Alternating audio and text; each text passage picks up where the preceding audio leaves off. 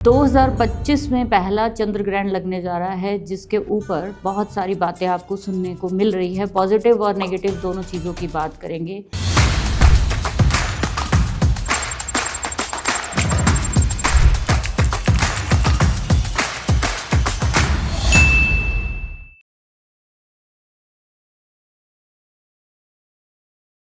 नमस्कार, मैं हूँ एस्ट्रो रजनी। आज आप लोगों के साथ बात करने वाली हूँ 2025 के पहले चंद्र ग्रहण के बारे में। चंद्र ग्रहण होता क्या है, पहले उसके बारे में छोटी सी डिस्क्रिप्शन देती हूँ कि जब भी चंद्रमा के साथ राहु या केतु जैसे प्लैनेट आते हैं गोचर में या नेटल चार्ट में भी उसको चंद्र ग्रहण बोला जाता है। चंद्र ग्रहण के जो साइड इफेक्ट होते हैं वो ये होता है कि इंसान की मानसिक स्थिति जो है वो कमजोर होती है, कहीं ना कहीं भूलने की और कहीं ना कहीं बहुत ही ज्यादा परिस्थितियां लोगों के जीवन में कठिन मानी जाती है। घर, प्रॉपर्टी, व्हीकल्स और कहीं ना कहीं माँ के सुख जो है वो मैंने देखा है कि बहुत कम मिलते हैं। जब भी गोचर में या अभी ट्रांजिट में जब चंद्र ग्रहण लगेगा 14 मार्च को, तो ये एक ऐसी स्थिति होती है। चंद्रमा और राहु जब आप देखेंगे, चंद्रमा या केतु ये दोनों आपस में जब मिलते हैं तो इंसान के साथ बहुत सारे धोखाधड़ी और चीटिंग। और आज की बात करूं तो जिनके भी चार्ट में मून राहु होता है तो आप लोग देखिए जीवन में एक बार आपके साथ एक बड़ा धोखा प्रॉपर्टी को लेकर या किसी ना किसी ने आपको बेवकूफ जरूर बनाया होता है। आपकी मदर जो होती है वो बहुत पोजेस्ड होती है आपके लिए, वो आपके लिए सोचती है, ओवर थिंकिंग होती है हमेशा, और आप किसी ना किसी ऐसे डर में जीते हो कि कहीं कुछ चीज जैसे खोने का डर जो है इन लोगों को रहता है। चंद्र ग्रहण जब लगता है उस समय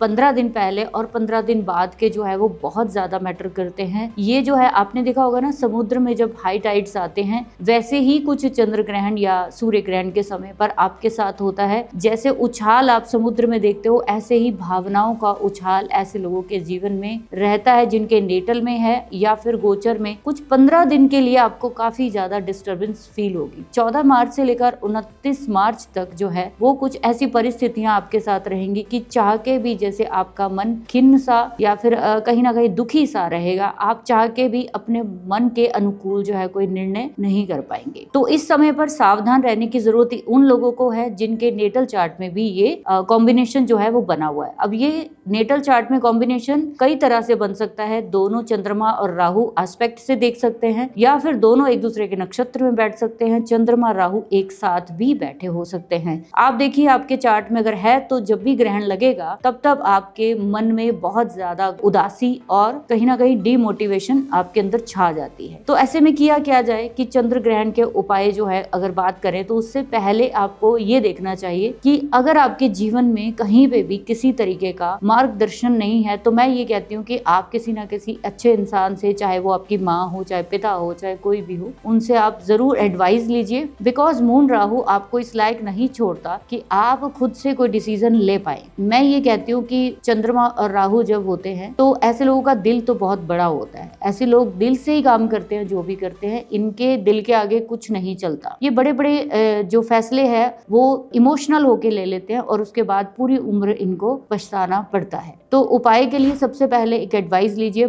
कोई भी जीवन में समस्या हो तो किसी की सलाह से चलिए। दूसरा मैंने बोला है कि चंद्रमा को बचाना चाहिए। चंद्रमा कैसे बचेगा? चंद्रमा है मोटिवेशन, असल में आपका कंफर्ट है। अगर लाइफ में कंफर्ट नहीं है, आराम नहीं है या आपको इमोशनल स्ट्रेंथ नहीं है आपके जीवन में, तो आप कोई ना कोई ऐसा चंद्रमा से जुड़ी हुई चीजें अपने पास रखिए, जैसे कि चांदी हो गई, चावल हो गया, या फिर किसी भी फॉर्म में आप चंद्रमा का एक फोटो जो है अपने मोबाइल फोन पर भी लगा सकते हो। फुल मून की आप एक फोटो अपने आसपास भी रख सकते हो। अपनी माता का आशीर्वाद जो है वो लेते रहना चाहिए। साथ के साथ तीसरी रेमेडी आपको चंद्र ग्रहण से बचने के लिए कि जब भी चंद्र ग्रहण हो उस समय पर आपको चंद्रमा की चीजें मंदिर में देनी चाहिए और शनि, राहु और केतु की चीजें यानी कि ब्लैक चीजें, लोहे की चीजें और कहीं ना कहीं खट्टी चीजें, ये तीनों आपको नीडी पीपल को जो है वो बांटनी चाहिए, ना कि मंदिर में देनी चाहिए। हमेशा ध्यान रखिए कि जितने मेलेफिक्स होते हैं उनकी डोनेशन पब्लिक सेक्टर में की जाती है, पब्लिकली की जाती है, मंदिर में नहीं की जाती। उनको आप किसी नीडी लोगों को दे दीजिए। तो इस तरीके से चंद्र ग्रहण अगर आपके चार्ट में भी है और आने वाला है, उससे भी घबराने की जरूरत नहीं है। ये रेमेडीज करिए और अपने जीवन को सुखी बनाइए। Thank you very much.